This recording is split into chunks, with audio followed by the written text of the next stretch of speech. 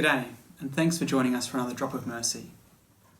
From the 10 Commandments of the Decalogue, through the 614 commandments of the old Jewish law, through to the countless nuances of modern ethics and the present Christian life, all of these are really just expressions of the great commandment that Jesus gave us, to love God and love our neighbour.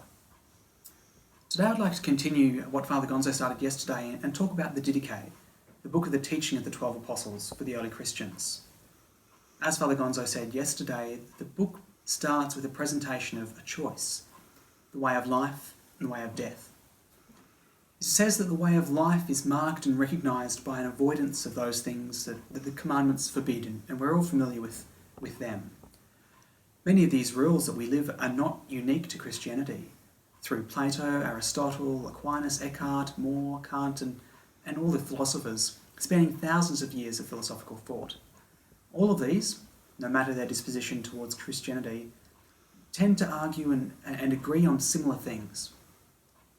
Most of them basically believe things about the common good and good people.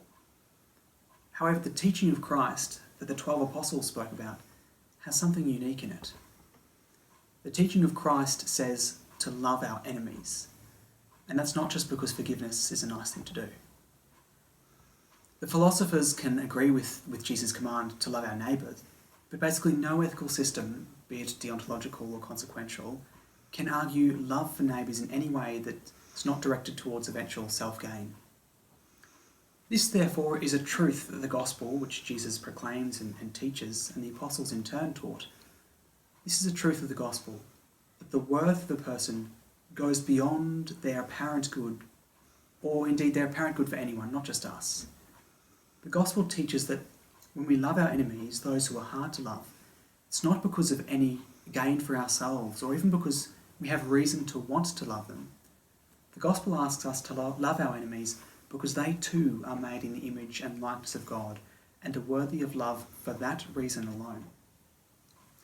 Once we accept and love our enemies because of their own goodness and dignity and not because of any of our own gain or any of these reasons, then we can understand how loving them in this way can teach us to see their worth.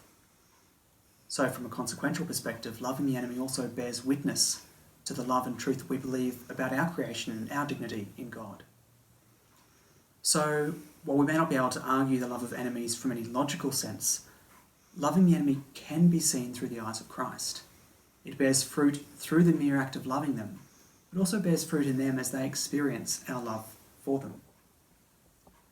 So in conclusion, we can talk all day about the 10 Commandments through the history of everything that forms part of our present moral conduct. But none of these can explain at face value why we should love our enemies.